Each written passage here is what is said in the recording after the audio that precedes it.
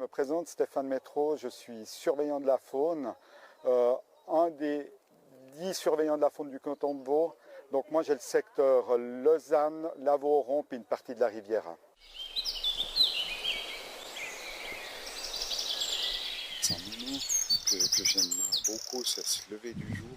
On voit 5h30, où on n'est pas pollué par d'autres sons, d'autres bruits, tels que voitures. Et là on entend vraiment cette faune qui va démarrer, quoi, tous ces animaux qui vivent le jour, et ben voilà, ils se mettent en action maintenant. Oui. Alors ici on est dans une réserve de faune, donc l'escargot n'est pas ici chassable, mais ça reste une espèce chassable. Pas avec un fusil, mais plutôt en les ramassant. Donc hors de ces réserves, il y a un permis de chasse pour escargot. Voilà. Les gens ne savent pas qu'on peut aller chercher des escargots, mais c'est soumis aussi à une autorisation avec un permis de chasse. Enfin, c'est l'humain qui met cette limite. On veut mettre cette limite avec les animaux. Pour moi, on pourrait laisser tous les sangliers, tous les cerfs vivre normalement. Mais après, il faut que ça soit acceptable pour tous. Ça veut dire l'agriculteur, le forestier, pour que la forêt puisse se développer favorablement. Donc après, nous, on met cette limite, on dit voilà, le seuil est là, après, il y a la régulation qui se fait normalement par les prédateurs naturels, mais ça ne fait pas cet équilibre qu'on voudrait, donc c'est donné aux chasseurs. Puis sur la base de quoi c'est qui dit, voilà, ça a dépassé la limite C'est par rapport aux dégâts qui sont causés. Les comptages, on ne va pas les faire une fois. On va les faire jusqu'à 5 fois sur les mêmes parcours, aux mêmes heures et puis à la même période. Au printemps, on appelle ça des ICA, c'est un indice kilométrique d'abondance. Donc on ne va pas pouvoir compter tous les animaux, mais ça nous donne chaque année une courbe justement qui peut évaluer si on est en augmentation ou en diminution, ou si c'est stable. Ces comptages-là, ils se font la nuit, avec des phares très puissants. Ah ouais.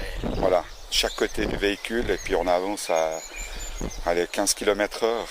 On est plusieurs dans la voiture, comme ça on regarde chacun d'un côté, puis il y en a un qui note les animaux qu'on a observés.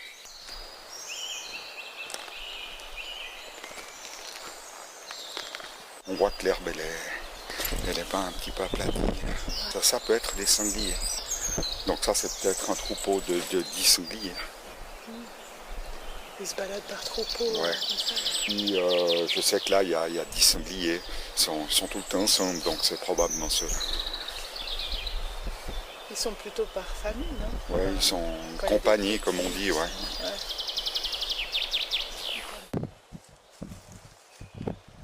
Ici, typiquement, on est vraiment à proximité aussi de la nourriture. On voit que ce sentier, il est bien en herbe, donc ça c'est intéressant aussi pour le chevreuil. Comme là, il y a des espaces aussi un peu plus ouverts où le chevreuil va trouver de la nourriture. Ce sapin blanc, on voit qu'il a été, que toutes les pousses ont été mangées justement par les chevreuils. Donc on voit un sapin qui est un petit peu déformé, qui n'est pas très beau. Mais celui-là, il a beaucoup servi de nourriture pour les chèvres. Voilà. Et puis le chevreuil, il va se nourrir jusqu'à à peu près cette hauteur. Donc ça, c'est aussi pour nous un indice de présence du chevreuil. Après, si il y avait des jeunes pousses mangées à cette hauteur, ça ne serait pas le chevreuil. Ça serait plutôt du cerf.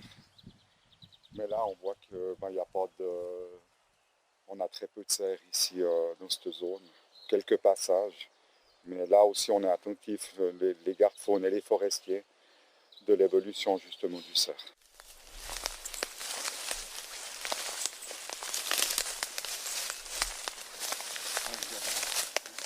On voit, je vous montrais, c'est vraiment particulier. On a laissé ces sapins sur pied. Donc ils sont bien morts, mais ça permet à des espèces de se développer grâce à ce bois mort sur pied. Donc ça sert à des insectes. Des insectes, des pics, différentes espèces qui créent cette biodiversité. Et puis on voit dessous ce rajeunissement. Donc on voit ce vert qui démarre, de la lumière qui arrive au sol, et puis d'autres espèces qui reprennent le dessus. Justement, comment vous travaillez avec le forestier par rapport à cette gestion, parce qu'il y a plein de choses à s'échanger comme information. Ouais, on a déjà nos bureaux ensemble avec les inspecteurs forestiers, ça nous permet de tout le temps avoir un contact. Et puis, est-ce qu'il y a des directives depuis plus haut qui vous disent, voilà, maintenant il faut faire ça, il y a un plan fédéral? Ah oui, on a des plans pour la biodiversité, donc notre service se doit de mettre en place des mesures pour certaines espèces. Typiquement, quand on regarde ce bois mort, on pourrait même tuer un arbre sur pied volontairement pour favoriser certaines espèces.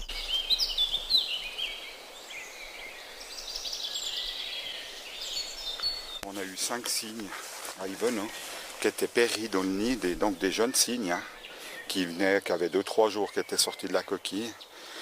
Alors ça, c'est notre travail d'aller chercher ces animaux, puisqu'on nous demande d'avoir un suivi par rapport à la grippe aviaire.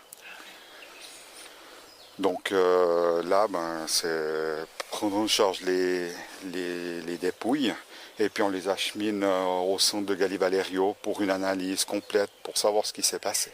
En principe, les gens n'ont pas à toucher les animaux de la faune sauvage. Il faut vraiment faire appel aux professionnels. Après, nous, on pourra donner le bon conseil. Un renard, par exemple, c'est à ne pas toucher, parce qu'il peut toujours avoir des réactions où il va mordre. Donc après, ça peut être très compliqué avec les maladies. Il faut laisser les professionnels s'occuper de ça, on est là pour ça. Nous, on ne va pas s'occuper d'aller chercher tous les animaux morts du canton, parce qu'on n'arriverait juste pas. Il y en a tous les jours, des animaux qui meurent, qu'on retrouve péris. Donc ça, on oriente vers les services des voiries. Après, ils nous font un décompte pour notre service, parce que c'est dans une base légale, on doit avoir toutes ces informations des animaux qui sont péris. Alors voilà une zone où les sangliers viennent régulièrement pour se cacher. Donc, différents étages, sapin, la ronce, c'est très serré. Donc ça, c'est vraiment l'endroit typique pour les cages des sangliers. Le sanglier, s'il n'est pas dérangé, on peut passer sur le chemin. S'il est là, il ne va pas bouger. Se souiller, ça veut dire Alors il se baigne complètement debout, donc ça permet de limiter les parasites et puis de réguler aussi la température. Voilà. Et puis ici, ils peuvent être à combien? De 10, là j'ai des 15? photos là, ils sont 15 là. Une fois qu'ils se sont bien baignés, voilà, ils aiment bien venir se frotter. Ça nous permet aussi, quand on regarde là, de voir la hauteur des sangliers. Et puis, est-ce que les sangliers ils vont découvrir les racines des arbres? Ça peut... ou pas vraiment? Non, ça va pas. En forêt, le sanglier, il n'y a pas beaucoup de dégâts en forêt par rapport au sanglier. Est-ce qu'au bois de la Chapelle, il y a des passages des sangliers? Oui. Ça, c'était le jet. Jet des chênes. Alors le jet, souvent, il fait des cris comme ça pour alerter qu'il y a un danger. Donc souvent, il nous assimile comme un danger, donc il va avertir toute la forêt qu'il y a un prédateur. L'aboiement du chevreuil, c'est aussi un cri d'alerte. Il y a d'autres animaux qui entendent, même le prédateur peut assimiler qu'il y a quand même quelque chose qui est pas normal. S'il y a un aboiement comme ça d'un chevreuil ou d'un geai, c'est sûr que le lynx, on ne va pas le voir. C'est le lynx, lui, il va vraiment se méfier. qui est-ce qui le chasse, le lynx? Personne. Pourquoi il se méfie autant? Parce qu'il est très craintif. Donc il est à l'écoute de tout. C'est un animal qui est il est vraiment très discret. Donc pour l'observer, c'est... Alors si en plus il y a un phénomène qui fait qu'il y a quelque chose qui n'est pas normal, lui il va se méfier, on ne le verra pas. Donc nous, le recensement des lynx se fait par piège photographique. C'est le seul moyen pour vraiment estimer cette population. Donc nous, chaque lynx qui est pris en photo, la photo elle est envoyée au CORA, c'est ceux qui gèrent au niveau suisse les grands prédateurs. Donc tout est centralisé au CORA et puis là ils vont analyser les photos. Donc chaque lynx est différent avec ses tâches et puis on peut suivre ou reconnaître un lynx grâce à ça. J'ai pris un lynx en photo à la Veuvez, mais le lynx, il avait passé par Gstaad, il avait passé par Châteaudet, il a été jusqu'à près de Thun, et puis tout à coup j'ai la photo à la Veuvez, et puis ça permet de voir un petit peu ses déplacements. Et on aurait un peu le même fonctionnement pour les loups, qui sont aussi recensés comme ça? Alors, plus difficile, mais on va, grâce à nos pièges photos, observer, voir s'il y a vraiment de la présence ou pas du loup. Par contre, on ne pourra pas leur reconnaître la même chose par rapport... voilà, ouais. Mais ils ont des déplacements similaires ou... C'est différent, comme ils sont en meute aussi. Hein. On voit qu'à la vallée, on a une meute de loups qui est suivie vraiment de très près par mon collègue. On suit un petit peu tous ces déplacements. Et puis gérer tous ces conflits qu'il y a entre le loup et puis l'agriculture par exemple. Donc chaque dégât causé par un loup demande une intervention de notre part. J'ai eu une observation de loup à Paudet il y a 2 ans, où le loup avait mangé un mouton. Et puis là notre travail c'est de faire des prélèvements pour vraiment déterminer quel animal a tué cette bête. Donc nous on fait des prélèvements d'ADN. Donc là on a pu, grâce à cet ADN, prouver que c'était bien un loup qui avait attaqué. Chaque année on a des observations de loups, des loups de passage qui peuvent tout à coup consommer, prendre une proie en plaine. Mais après, il relie quand même le Jura, Préalpes, Alpes. Nous, il n'y a pas vraiment de loup qui est établi en plaine. Donc ça, c'est pas synonyme de manque de territoire, c'est débordement comme ça. Alors, bien sûr, les animaux, ils prennent un peu plus de place. On a des espèces qui se développent mieux que d'autres, donc elles ont besoin aussi de territoires plus grands. Typiquement, le castor, par exemple, qui colonise un petit peu partout. Et puis qui est à recherche de nouveaux territoires. Donc là, oui, un jour, il pourra arriver à la Paudaise et puis créer une famille, se reproduire même en ville. C'est à nous, les gardes, de trouver justement cet équilibre. C'est clair, quand il y a des castors qui arrivent et puis qui s'attaquent à des fruitiers, c'est énorme, hein, le coût des dégâts. Et puis le producteur, lui, il veut produire. Hein, donc s'il a tous ses pommiers ou toute sa culture qui est saccagée, à nous de trouver des solutions avec des protections individuelles ou mettre une clôture électrique. Ça, c'est des choses qu'on peut faire. Parce que le castor, lui, c'est plus garde-faune ou garde-pêche? On travaille. Vraiment... Alors, c'est un petit peu les deux. Voilà. Hein. C'est l'espèce où on va vraiment collaborer.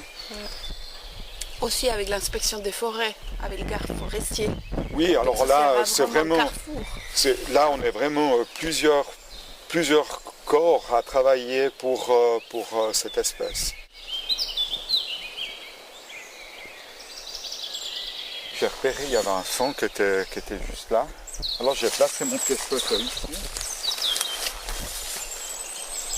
Et puis, quelques heures après, la chevrette, elle est venue chercher son petit... donc elle les avait posés, il y en avait un qui était, je pense, un peu plus loin, un ici. Et puis cette chevrette, elle n'est jamais très loin, mais elle ne reste pas avec. Elle vient juste de temps en temps pour nourrir les jeunes. Autrement, elle est planquée ailleurs.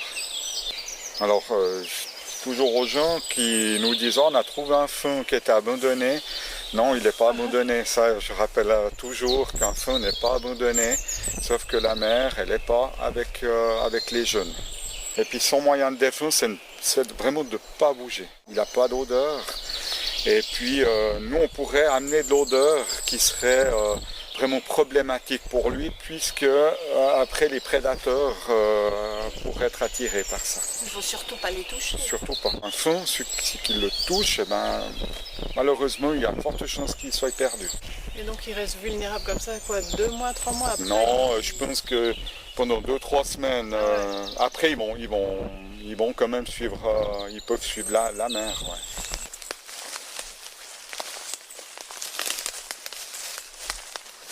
Jean-Marc Duc, il est surveillant auxiliaire, donc il est...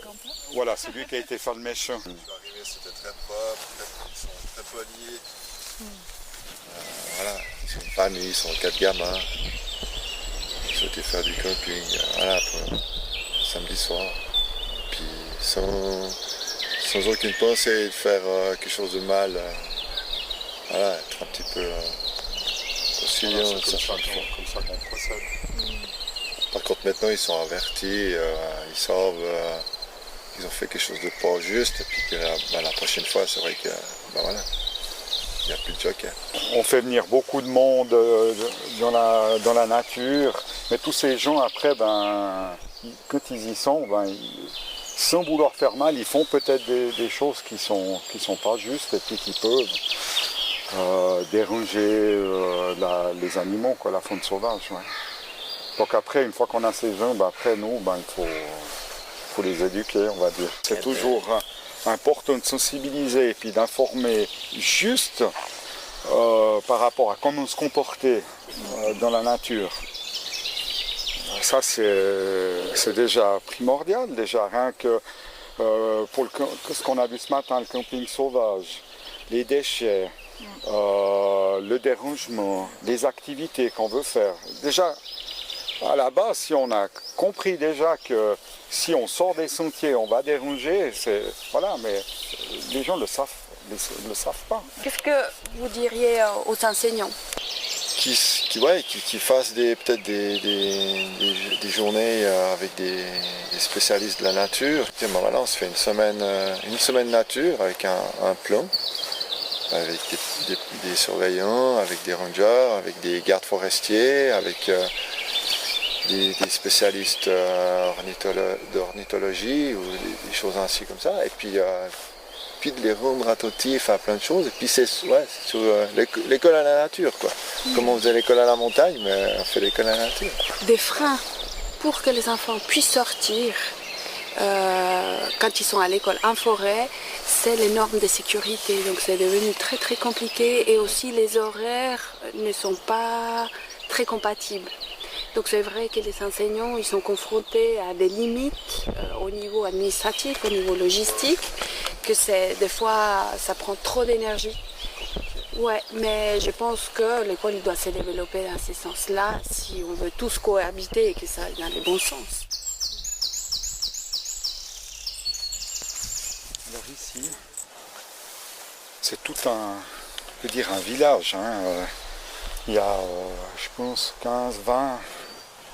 20 terriers qui sont habités par les blaireaux et qui cohabitent avec les renards. Mais ici, régulièrement, c'est les blaireaux qui sont là. C'est quoi cette cohabitation entre blaireaux et renards? Alors, ils vivent dans les mêmes terriers, peut-être pas dans la même chambre quand même, mais ils utilisent ensemble tous ces terriers qui sont ici. Et ils les ont creusés ensemble ou l'un a profité de l'autre? Alors, le renard profite du blaireau, c'est le blaireau qui gratte. Alors là, on voit qu'il n'y a pas vraiment de terre fraîche quand il était sorti des terriers. Mais quand les blaireaux sont vraiment là, alors il y a toujours de l'activité et puis il est toujours en train de creuser. Et puis c'est-à-dire qu'ils déménagent de temps à autre? Ouais, là, je pensais qu'ils étaient là. Cette période, là, ça fait quelques jours qu'ils ne sont plus là. Donc ils peuvent changer tout à coup de terrier, quoi. Voilà. Et il y a combien d'individus dans ce genre Ah là, de galerie? là il peut avoir une famille complète, hein, donc les parents, plus 3, 4, 5, 6 petits. Maintenant les jeunes, les blaireautins, ils sortent des terriers, ils vont s'amuser, donc mai, juin, juillet, c'est une période pour observer les blaireaux, c'est favorable. Donc en restant caché à proximité des terriers, on a la chance de voir sortir ces animaux. Là, on a monté une cage pour attraper des sangliers, pour un suivi par rapport à la peste porcine. Alors nous, on travaille en collaboration avec le mandataire. C'est moi qui contrôle un petit peu le va-et-vient des sangliers. Mais quand les sangliers vont commencer à rentrer dans la cage, on va pouvoir mettre en place le déclenchement. Le but, c'est de capturer ces sangliers pour leur mettre un collier émetteur pour pouvoir suivre un petit peu leur déplacement. Et puis là, quand vous l'attrapez, vous faites des prises de sang. On fait un petit peu tout, oui. Prise de sang, on a 2-3 prélèvements à faire par rapport à ça. Et puis ensuite, collier. Et puis relâcher dans la nature. Et puis combien de temps ils restent dans la cage?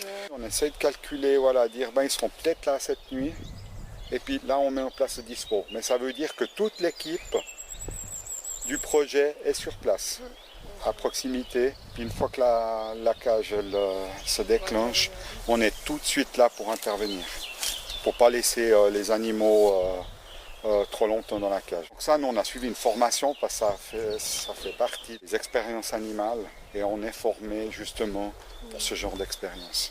Donc nous, le but, c'est rapidement faire le travail et de laisser partir les animaux. Là, si on fait ça, il y a le mandataire, il a reçu de la Confédération ce mandat pour justement suivre les sangliers au cas où il y a la peste porcine et puis qu'on doit prendre les mesures. Donc là, le but, c'est de bien comprendre les déplacements en même temps en créant des dérangements. Aux sangliers, pour un promeneur ou bien un chien, et puis voir comment ils réagissent. Et puis, est-ce que c'est déjà arrivé une peste porcine dans le passé? Non, mais pas. Alors, chez nous, elle n'est pas très loin. Hein. On a vraiment un œil là-dessus. Par exemple, si on tombe sur un sanglier péri, on doit faire une analyse. Donc ça, c'est le garde-faune qui va prendre les prélèvements et puis faire une demande d'analyse. Et puis cette peste, où est l'émergence? Est-ce que ce sont les élevages? Ça vient des élevages, ça vient dans certains pays, les sangliers se le transmettent. Et puis nous, on a quand même une crainte que ça s'épande chez nous. Et puis ensuite, chez les animaux domestiques. Et ce serait quoi la conséquence s'il y a une épidémie de peste porcine? C'est que soit on doit les abattre, ou bien ils vont mourir naturellement, mais ça va décimer aussi une bonne partie de la population de suite. Ça me fait penser aux chauves-souris. Il y a aussi un suivi comme ça pour les chauves-souris, parce qu'il y en a aussi assez présentes ici. Oui. Alors on fait énormément pour la chauve-souris. Parce qu'elles sont aussi beaucoup vectrices. Je ne sais pas si ici c'est le cas aussi, mais elles sont hôtes de tout plein de virus. Oui. Donc nous on a un suivi aussi là-dessus. Hein. C'est clair que si une personne viendrait à se faire mordre, qui peut propager la rage, donc on doit faire très, très attention à ça.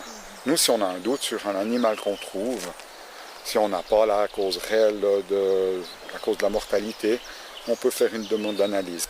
Mais est-ce que cette sensibilité à faire la recherche sur des pathogènes, est-ce que c'est nouveau ou est-ce que ça existe? Non, ça existe depuis longtemps.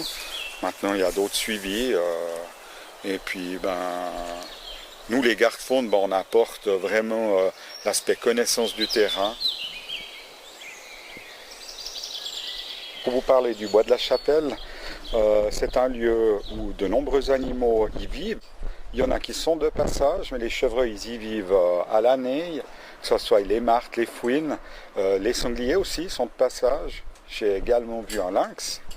Donc tous ces animaux utilisent le bois de la chapelle, soit en cas de transit ou pour y vivre. Alors j'ai envie de conclure en vous disant, vous voulez profiter de la nature, c'est super, venez en forêt, mais surtout il faut respecter les consignes, respecter le bien-être des animaux et de l'environnement.